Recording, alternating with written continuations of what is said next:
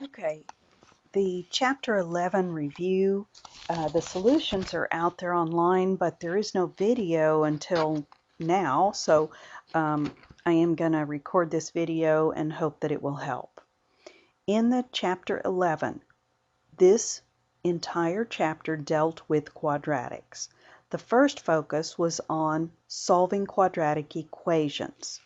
Now, problem number 1 asks you to solve by factoring. Okay, problem number 1 has x squared minus x equals 72. When you solve a quadratic by factoring, you must get it set equal to 0. So I'm going to subtract 72 from both sides, and I'll have x squared minus x minus 72 is equal to 0. All right, is there a common factor? No. This is a trinomial, so I will do it by trial and error. The last sign is negative, which means you have 1 plus and 1 minus. I have x and x. I need factors of 72, which, because the signs are different, need to have a difference of 1. So it's going to be 9 and 8. So I'm going to have a minus for the 9 and a plus for the 8. Check that with FOIL. Then I'm going to use the zero factor property. So x plus 8 is equal to 0, or x minus 9 is equal to 0. That means x is negative 8 or x is positive 9.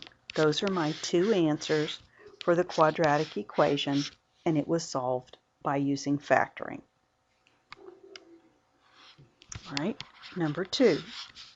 I have 42n squared plus 66n is equal to 0.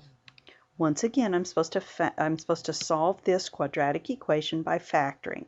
First question, is there a common factor? Yes, the number 6 will go into both 42 and 66, but there's also a common n. So I'll divide 6n into both of those. That's going to go in there 7 times. Subtract your exponents for n. 6 goes into 66 11 times. The n's divide out. Now I use the zero factor property. This means that 6n equals 0, or 7n plus 11 equals 0. First one, divide by 6, n is 0. Second one, subtract 11. I have 7n is negative 11. Divide by 7, n is negative 11 over 7. So don't be surprised if you get a fraction like that, or if you get the answer of 0. So there are 2 factoring problems for you to think about as you review. All right, now that was the first technique, which was factoring. And the next thing we want to look at is the square root property.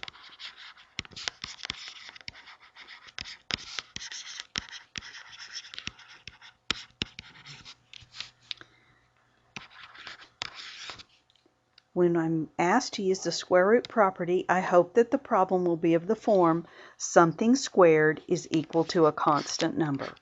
So the first one, I have x plus 6 squared is 25. Is this in the right format? Yes, it is. It's something squared is equal to 25. Take the square to the left side and take the plus or minus square roots of the right side. Can you simplify this radical? Yes.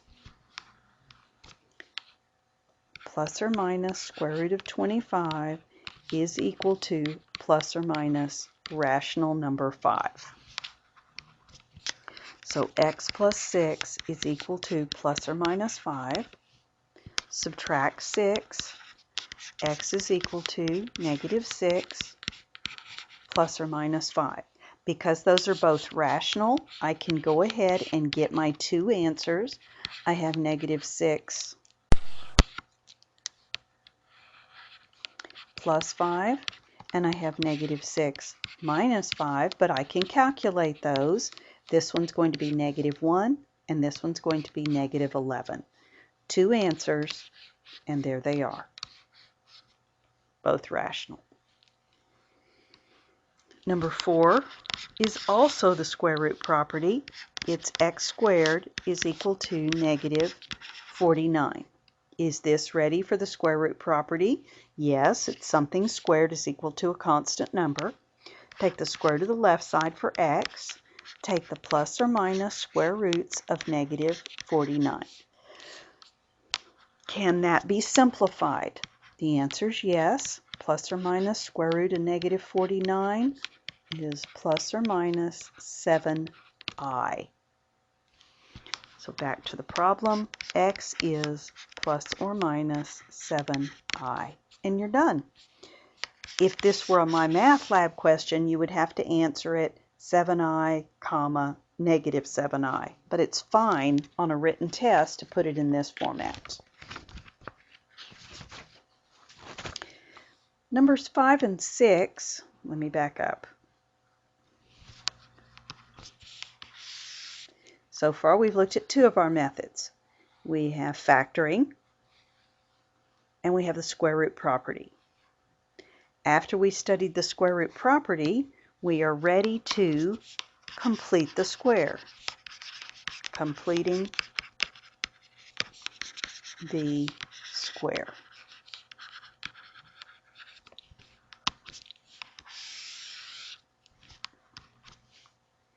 All right. Number 5. I have a squared minus 4a plus 3 is equal to 0. Now, format. Factoring needs to be equal to 0. Square root property, I need something squared is equal to a constant. Completing the square, what format do I need? Well, the coefficient of the squared term needs to be a 1. It is. But the constant needs to go to the other side. So this will become a squared minus 4a is equal to negative 3. Now, I'm going to put my blanks in. A squared minus 4a plus blank is equal to negative 3 plus blank. I'm ready to complete the square. Take that coefficient, negative 4, take half of it, in this case that's negative 2, square that for 4. And 4 is the number that I will add to the left and to the right. On the left side, what are the factors? What is the binomial squared? It'll be an a minus a 2. And you can get that minus 2 from right there if you want. Or you can take the square root of this number and the sign from here. Okay, add or subtract. In this case, it's subtract, so I get 1. Now it looks like it's ready for the square root property. Take the square root of the left side, equals, plus or minus the square roots of 1, but plus or minus square root of 1 is plus or minus 1. So a minus 2 is equal to plus or minus 1. Add 2 to both sides, and I get a is equal to 2 plus or minus 1. Okay, these are rational, so I get 2 plus 1 or I get 2 minus 1.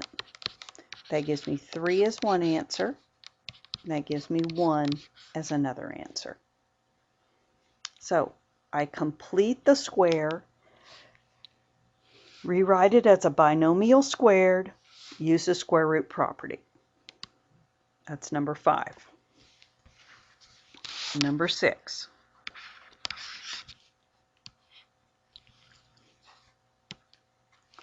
I have z squared plus 8z minus 3 is equal to 0. All right, if I'm going to complete the square, I'm going to move this term over, leaving me with z squared plus 8z, I'm going to go ahead and put my blank, is equal to, when it moves over, it'll be positive 3 plus a blank. Take the 8, take half of the 8 for 4. Square that for 16. That's what I'll fill in my blanks. All right, now the left-hand side is a perfect square, and it is z plus 4 is equal to, you get whatever you get over here, which in this case is 19. Now, use the square root property. That'll give me z plus 4 is equal to plus or minus the square roots of 19.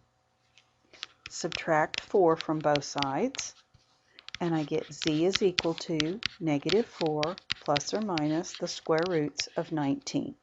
That's not a rational number, so I can't truly do the addition or subtraction, so there are my two answers. All right, next two problems. Quadratic formula.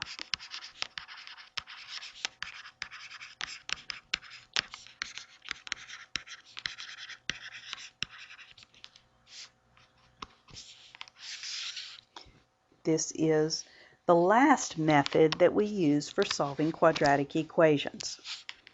Number 7, I'm supposed to solve 7x squared plus 10x is equal to negative 2.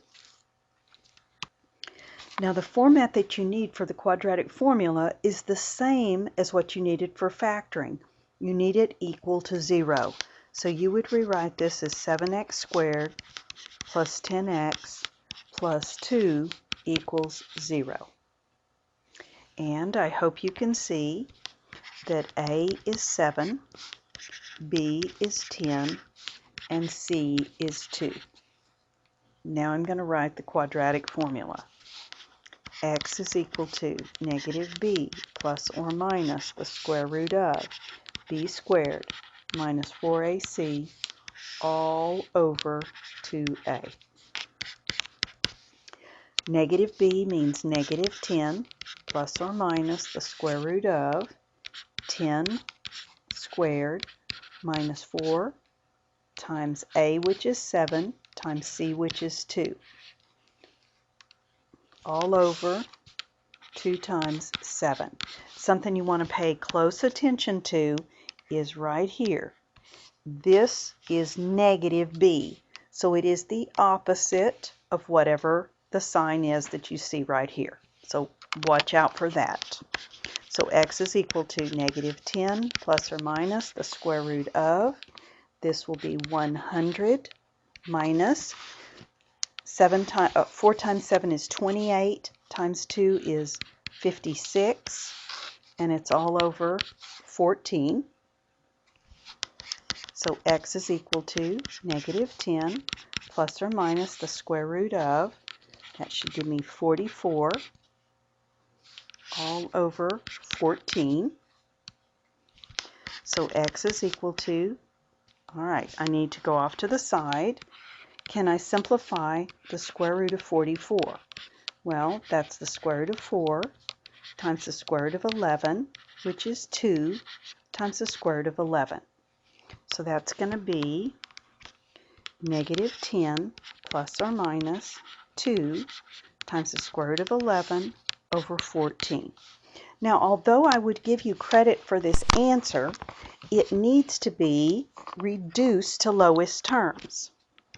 This rational term, this, and this are all divisible by 2, but they have to all be divisible by a number. So 2 is going to go in there negative 5 times, 2 is going to go in there once, 2 is going to go in there 7 times.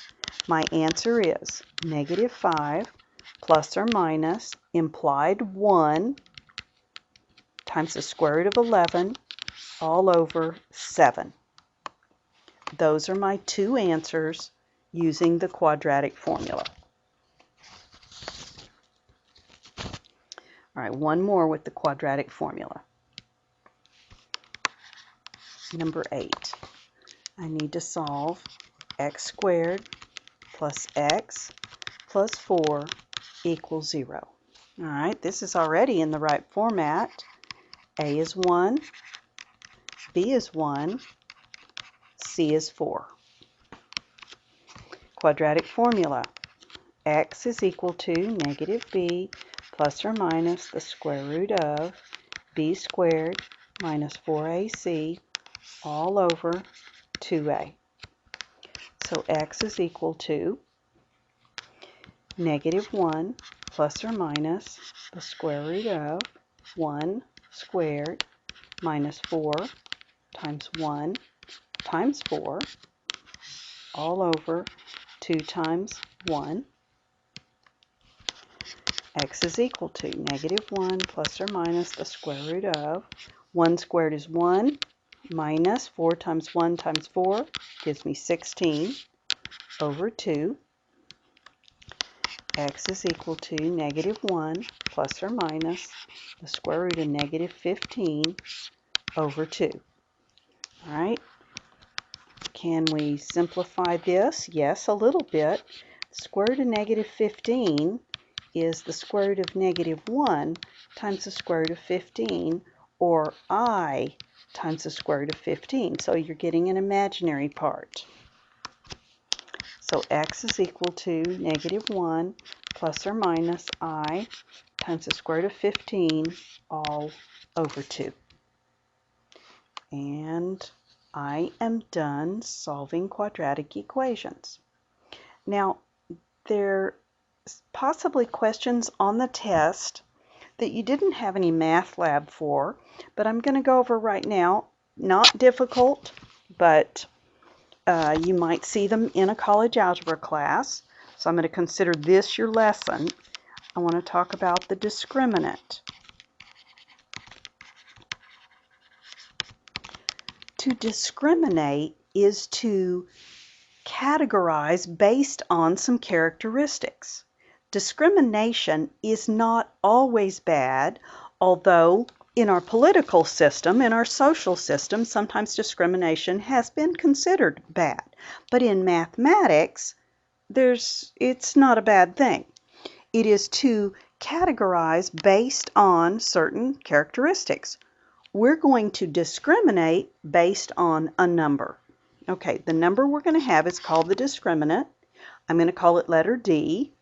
It is equal to b squared minus 4ac for a quadratic equation ax squared plus bx plus c equals 0. This should look familiar. This is what's under the radical in the quadratic formula. Okay, so something you'll need to remember or write it down, that if d is greater than 0, you're going to get 2 real solutions to the quadratic equation. The discriminant does not tell you what the 2 answers are. It simply tells you that there will be 2 reals. If d is equal to 0, you will get 1 real solution.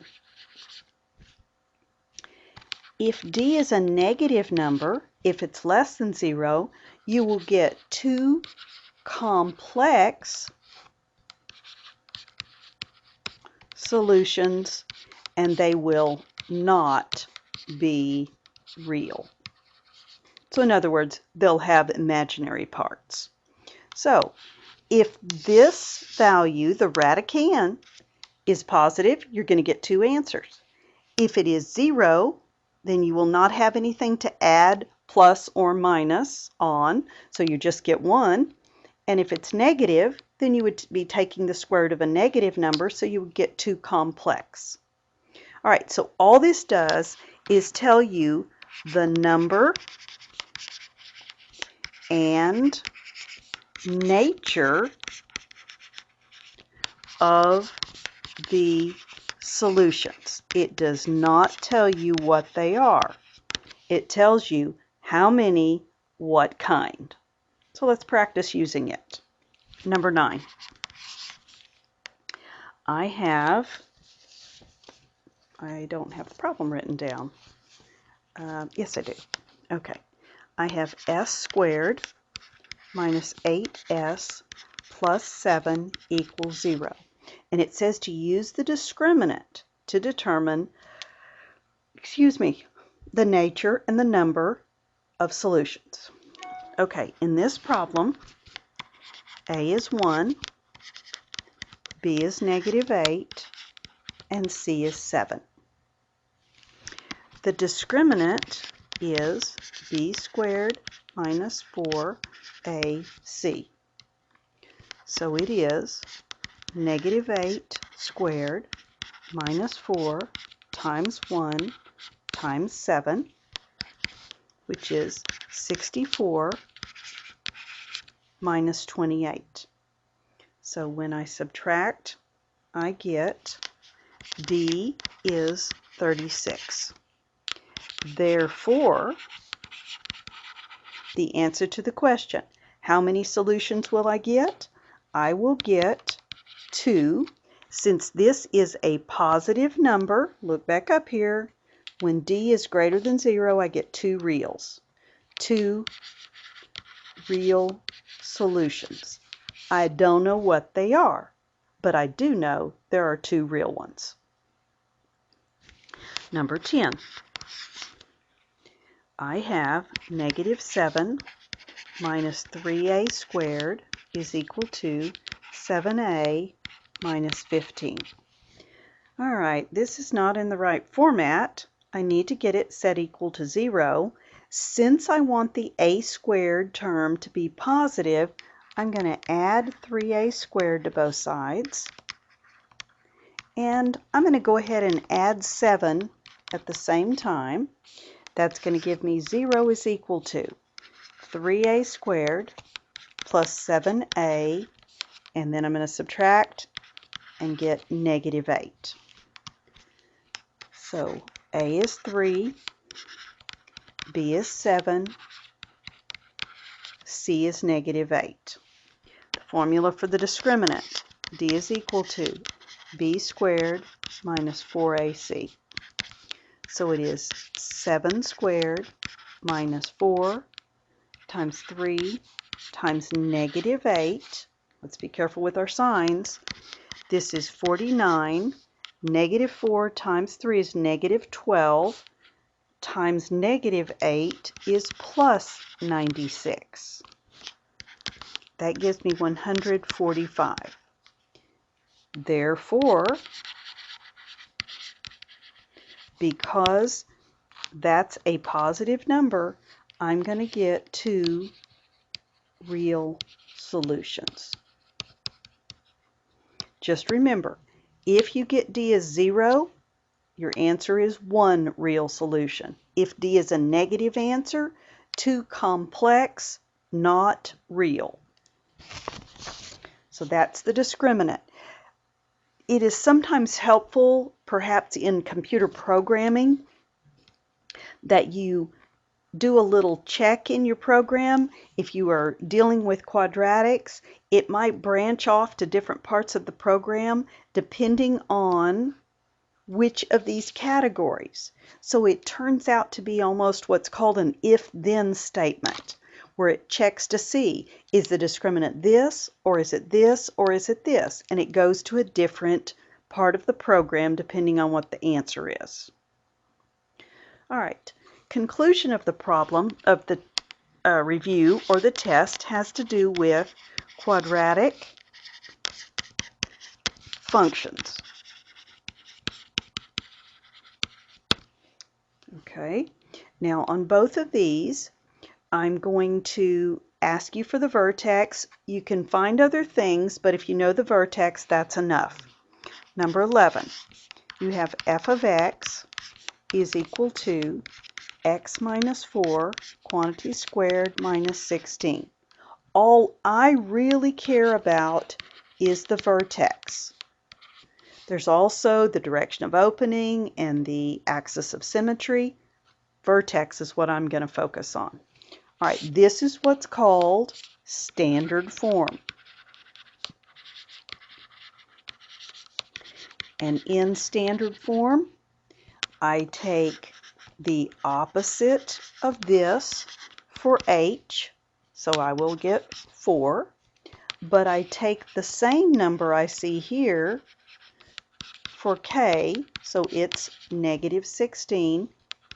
The vertex is 4, negative 16. I'll go ahead and just say the other things. The direction of opening is up because there is an implied positive 1 right there. And the axis of symmetry is x equals the x value of the vertex, which is 4. Number 12. I'm still supposed to find the same things, but this time I have f of x is x squared plus 2x minus 8. Okay, this is general form. In general form, when I want the vertex, I have to recognize A is, in this case, 1, B is 2, C is negative 8. Okay, the H formula, easy formula, negative B over 2A. So that's negative 2, opposite of B, over 2 times 1, which is negative 2 over 2, or negative 1.